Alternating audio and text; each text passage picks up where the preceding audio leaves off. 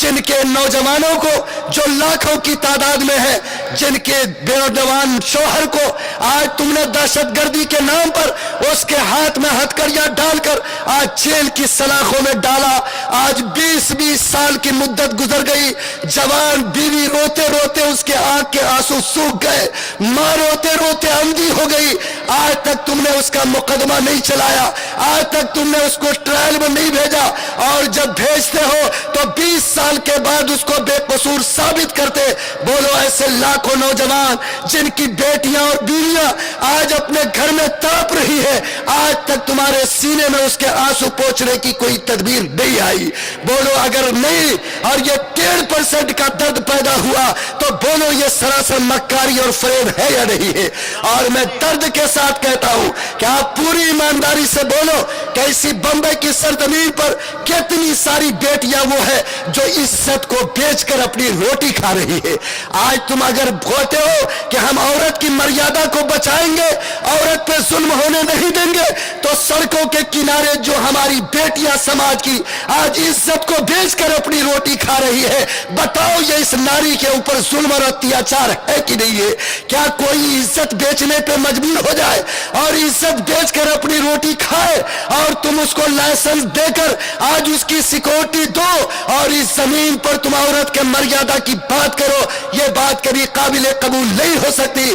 اگر ہمت ہے اور مردانگی کی طاقت تمہارے پاس ہے تو ان کروڑوں بیٹیوں کے لیے جو آج عزت بیچ کر اپنی روٹی کا انتظام کرتی ہے، ان کے آنسو پوچھو، ان کے لیے روزگار کا انتظام کرو، ان کو عزت کے ساتھ زندگی گزارنے کا حوصلہ دو.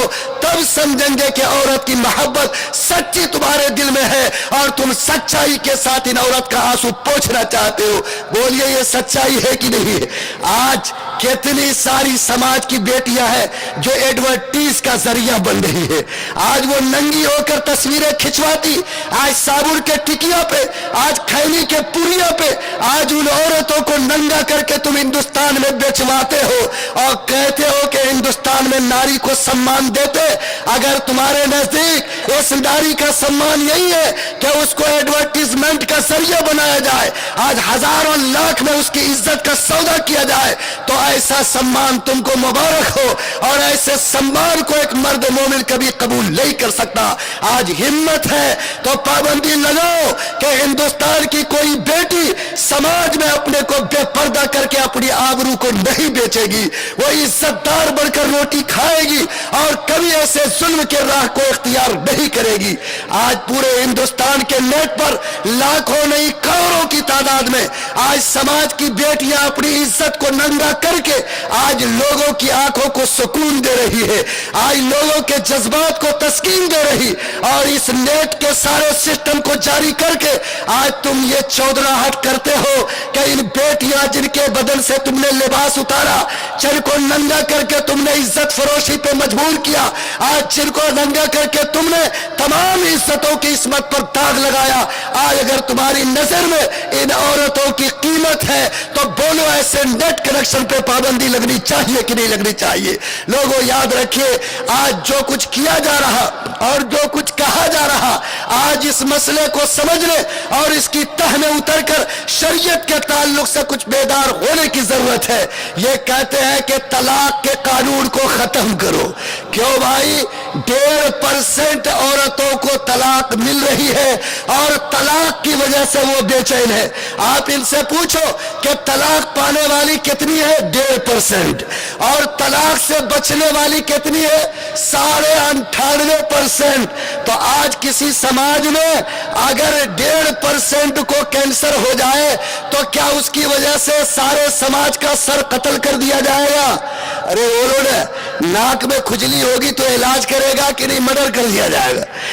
ہم نے ان سے کہا کہ سنو، اگر 1.5% خرابی ہے ہم اس کا سروے کراتے ہیں، ہم جائزہ لیں گے، جہاں جہاں سوراخ ہم اس کو بند کریں گے، لیکن کون سا ہندوستان کا شعبہ ہے جہاں 2 اور 3% نہیں بلکہ 30% کرپشن نہیں ہے؟ اور اگر ہے تو بتاؤ اس شعبے کو بند کرو گے، بتاؤ وہاں سے لائسنس چھینو گے، اور بتاؤ اس قانون کو ختم کرنے کی بات کرو گے ان کی ہمت نہیں ہے، ان کا ہاتھ تو وہاں اٹھتا ہے جہاں اس کو لا الہ الا اللہ محمد الرسول اللہ کا پڑھنے والا نظر آتا۔ آپ ایمانداری سے بتاؤ کہ اگر 1.5% کی بنیاد پر 98.5% کے جذبات کو ٹھیس پہنچایا جاتا تو کیا اس سے بڑھ کر اتیاچار ہو سکتا ہے؟ کیا اس سے بڑھ کر ظلم ہو سکتا؟ اور کیا اس سے بڑھ کر قانون کا اپہرن ہو سکتا؟ نہیں ہو سکتا ہے۔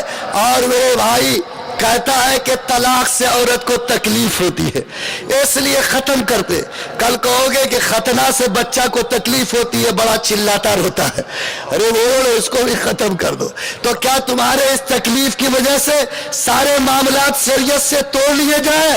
کیا یہ بات جو یہ کہہ رہے آپ ایمانداری سے بتاؤ کہ قابل قبول ہے؟ خدا کی قسم نہیں ہے۔ اور ان سے ہم نے کہا کہ لوگ کہتے ہیں کہ باپ سے بیری اور پوت سے ناتا، یاد رکھیے 1.5% بیٹی کی محبت ہے، لیکن 25 کروڑ مسلمانوں کا کوئی درد تمہارے سینے میں نہیں ہے۔ تو اگر 1.5% کو تم نے انصاف دیا اور اس زمین پہ جینے والے 24.5 کروڑ اور 23.5 کروڑ مسلمان کو تم نے بے چین کیا تو کیا ہندوستان سماج میں انصاف آ جائے گا؟ ارے بولو نہ آ جائے گا؟ نہیں آئے گا۔ 1.5% کا آنسو پوچھو اور 25 کروڑ کو دہشت گردی کے نام پہ تڑپاؤ، کیا یہ ایمانداری کی بات ہے؟ آج 1.5% کا آنسو پوچھو اور گھر واپسی کے نام پر، گو رکشا کے نام پر، لو جہاد کے نام پر ان کو درختوں میں لٹکا کر ان کی جان کی ہولی کھیلو، کیا بولو یہ محبت کی پہچان ہے؟ آج اگر یہ 25 کروڑ مسلمان اور اس ملک میں جینے والا یہ قوم اگر تم نے سب کے ساتھ انصاف نہیں کیا اور 1.5% کا تم نے نعرہ لگایا تو میں یقین کے ساتھ کہتا ہوں کہ یہ انصاف نہیں بلکہ انصاف کے نام پر اس قوم کے ساتھ ظلم اور اتیاچار ہے۔ اس لیے یہ ظلم اور اتیاچار قابل قبول نہیں ہو سکتا۔ اور ہمارا نعرہ کہ ہم طلاق جو قرآن نے بتایا اس کے ساتھ جئیں گے اور شادی کا جو اصول اللہ نے دیا اس کے مطابق زندگی گزاریں گے۔ بولو یہ نعرہ قانونی ہے کہ غیر قانونی ہے؟ ارے قانونی ہے کہ نہیں ہے؟ ہم نے کہا کہ اس قوم نے تمہارے اس وقت میں جب انگریزوں نے اس ملک پر اپنا چنگل ڈالا، شانے سے شانہ ملا کر، قدم سے قدم ملا کر اس ملک میں تمہارا ساتھ دیا اور اس ملک پر آزادی کا سورج اگایا، لیکن وہ قانون جس کو انگریزوں نے بھی نہیں چھیڑا اور انگریز جیسے ظالموں نے بھی اس پر ہاتھ نہیں ڈالا، آزادی کا سورج طلوع ہونے کے بعد جس کے لیے ایک ایک مسلمان نے اپنی صلاحیت کے مطابق آخری خطرہ خون قربان کیا۔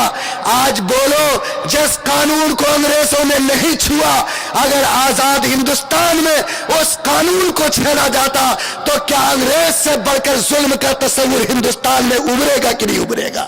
آج بولو یہ نکاح کا معاملہ ہو، طلاق کا معاملہ ہو، جو 17 مسائل پرسنل لا کے ذیل میں آتے ہیں، انگریزوں نے شریعت اپلیکیشن ایکٹ کے نام پر اس کو تحفظ دیا اور انگریزوں نے اس کی حفاظت کی، اور آج آزادی کا سورج طلوع ہونے کے بعد اور ہندوستان کا ایسا سنویدھان جو ڈاکٹر بھیم راؤ امبیڈکر کے چیئرمین شپ میں ہندوستان میں بنا اور جس کا آرٹیکل 25 اس ملک میں بسنے والے ایک ایک ناگرک کو اس بات کا حق دیتا کہ ہر ملک کا ناگرک اپنے مذہب کو مانے گا، اپنے مذہب پر چلے گا، اپنے مذہب کا پرچار پرسار کرے گا۔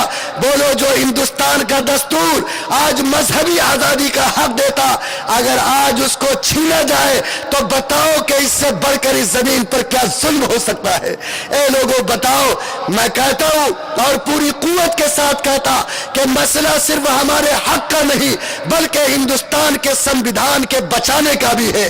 آج تم اقتدار کے نشے میں، آج تم اس غرور میں جو آج تم کو حاصل ہوا، آج تم ہندوستان کے اس سنویدھان کو چھیڑ کر آج ایک کمیونٹی کے حق کو چھیننا چاہتے۔ یاد رکھو مسلمان نہیں بلکہ ہندوستان کے وہ ناگرک جو انصاف کو پسند کرتے ہیں کسی قیمت پر تم کو اس کا اختیار نہیں دے سکتے۔ تھے. اور میں سمجھتا ہوں کہ آج دلت بھی آگے ہیں, سکھ برادری کے لوگ آگے ہیں, ہندو برادری کے انصاف پسند لوگ کروڑوں کی تعداد میں اس بات کے لیے اکٹھا ہے کہ یہ ظلم ہے, ہندوستان کے دستور کے ساتھ کھلواڑ ہے اور کسی قیمت پر حکومت کو اس کی اجازت نہیں دی جا سکتی. بولو جو حق ہم کو حاصل ہے آج اس حق کو چھینا جائے تو کیا ہم اس کو قبول کریں گے؟ آپ ان سے پوچھئے اور ان کی عقل کا امتحان لیجئے کہ آج 1.5% عورت کے حق کی بات کرتا اور 25 کروڑ مسلمان کے حق کا جو مسئلہ ہے آج بولو اس کو نظر انداز کرتا. کیا کوئی اس کو انصاف کا قانون کہے گا؟ ارے سب سے پہلے تو میرا حق بچاؤ کہ جس طرح دوسری کمیونٹی کے لوگوں کو آج اس ملک میں اپنے حق کے ساتھ جینے کا حق ہے, مذہب پہ چلنے کی آزادی ہے اور شریعت اپلیکیشن ایکٹ اور مسلم پرسنل لا کے نام پر جو مذہبی قواعد پر جینے کا ہمیں حق دیا گیا, آج اس حق کی حفاظت تمہاری پہلی ذمہ داری ہے. اور اس حق کو چھین کر اگر 1.5% بیٹیوں کی حق کی بات کرو گے, یاد رکھو یہ شریعت پر حملہ ہے, یہ 25 کروڑ مسلمان کو بے چین کرنے کے برابر ہے اور خدا کی قسم اس ظلم کو اس ملک کا مسلمان قبول نہیں کر سکتا ہے. بولیے انشاءاللہ آپ کا یہ جذبہ ہوگا کہ نہیں ہوگا؟ اور ہم لوگوں نے کہا کہ طلاق سے کیوں ڈر لگتا ہے آپ کو؟ کہتا ہے کہ 3 طلاق کو ختم کرنا چاہتے, 3 طلاق سے اس کو بڑی گھبراہٹ ہوتی ہے اس لیے کہ 3 طلاق اس کو مل چکی ہے اور یہ جانتا ہے کہ اس کے بعد حلالہ کا نمبر آتا ہے اور اگر اس کو ختم نہیں کیا تو پھر ہم کو بھی حلالہ میں جانا پڑ سکتا ہے. ارے ان کو بہار نے طلاق دیا کہ نہیں دیا؟ ارے دیا کہ نہیں؟ دلی نے دیا کہ نہیں دیا؟ ارے دیا کہ نہیں دیا؟ اور ابھی الیکشن جو ہوا کہاں؟ بنگال میں, تو طلاق ملی کہ نہیں ملی؟ تو 3 طلاق مغلظہ ان کو مل چکی ہے. اب یہ سوچتے ہیں کہ اس قانون کو ختم نہیں کیا تو پھر ہم کو بھی حلالہ میں جانا پڑے گا اور اس کے بغیر ان کی واپسی نہیں ہو سکتی, اسی لیے ان کی چھری 3 طلاق پہ چل رہی ہے. مسئلہ 3 طلاق کا نہیں ہے, مسئلہ طلاق کے چھیڑنے کا نہیں ہے, مسئلہ مسلم پرسنل لا کے ساتھ کھلواڑ کرنے کا ہے, مسئلہ یکساں سول کوڈ کے راستے کو ہموار کرنے کا ہے اور یہ اپنی انگلی بڑھا کر اپنا بازو وہاں تک پہنچانا چاہ رہے ہیں جس کی بنیاد پر اس کے لیے مسلمانوں کے دل پر چوٹ پہنچا کر ان کی شریعت کو مجروح کرنا ان کے لیے آسان ہو جائے. اس لیے ہمیں اس سازش کو سمجھنا ہے اور پوری قوت ایمانی کے ساتھ اس کا جائزہ لینا ہے. یہ کہتے ہیں کہ طلاق بہت بری چیز ہے, کیا ہم اس کو ثواب کا کام سمجھ رہے ہیں کیا؟ ارے بولو نہیں سمجھ رہے؟ نہیں سمجھ رہے. ہم نے کہا کہ سنیے, اگر طلاق بری چیز ہے تو ذرا ہندو کوڈ بل کو نکالو, ذرا عیسائی کے قانون طلاق کو نکالو. اسلام سے پہلے کسی مذہب میں طلاق کا قانون نہیں تھا, لیکن اگر یہ اتنا غلط تھا تو سن 1954 اور 56 میں اسپیشل کوڈ لاگو کر کے ہندو کوڈ بل میں طلاق کو داخل کیا گیا. اگر طلاق ایسی گندی چیز تھی تو ہندو کوڈ بل کو اس سے بچانا چاہیے کہ نہیں بچانا چاہیے؟ لیکن نہیں, انہوں نے اسپیشل بینچ بیٹھا کر اور ہندو کوڈ بل میں اس طلاق کے قانون کو داخل کیا. آج ان عیسائیوں سے پوچھو کہ آج اگر طلاق اتنی ناپسندیدہ چیز تھی تم نے کیسے اسلام سے روشنی لے کر اپنی شریعت میں اور اپنے قانون کے اندر طلاق کے قانون کو داخل کیا؟ کل تک یہ پسند تھا اور آج ناپسند ہوا, تو بولو اس ترازو کو سمجھنا آسان ہوگا کہ نہیں ہوگا؟ اور ہم ان سے کہتے ہیں اور پوری دیانتداری کے ساتھ کہتے کہ طلاق انصاف کا نام ہے, طلاق ظلم کا نام نہیں ہے. اور ان سے پوچھئے کہ اسلام نے طلاق دینے کی ترغیب نہیں دی, بلکہ اسلام نے ایمرجنسی کے طور پر ایک میاں بیوی کی زندگی میں طلاق کا راستہ رکھا ہے. آپ ہوائی جہاز پہ چڑھتے ہیں تو آپ کو ایمرجنسی ڈور کا پتہ بتایا جاتا کہ نہیں بتایا جاتا؟ ٹرین پہ چڑھتے ہیں تو ایمرجنسی ونڈو رہتی کہ نہیں رہتی؟ حادثہ کبھی بھی پیش آ سکتا ہے, اگر آئے تو نکلنے کا راستہ دو گے کہ نہیں دو گے؟ ایک لڑکی بمبئی کی, لڑکا پٹنہ کا,